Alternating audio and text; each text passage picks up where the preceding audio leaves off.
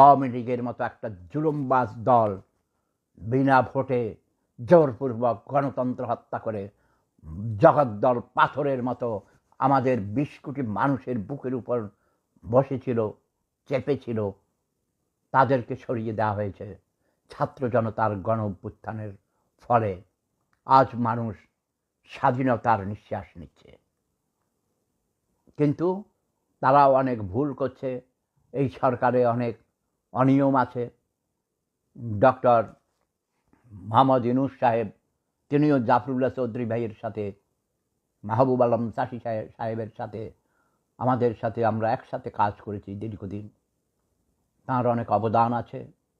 তিনি শান্তিতে নোবেল পুরস্কার পেয়েছেন।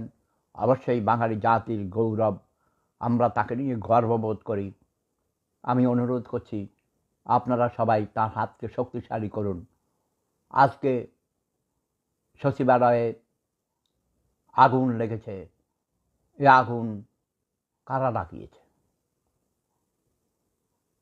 এমডি মিল্টন মাহমুদ, আরও অনেকেই এসেছেন, সবাইকে শুভেচ্ছা। রাশেদ আহমেদ,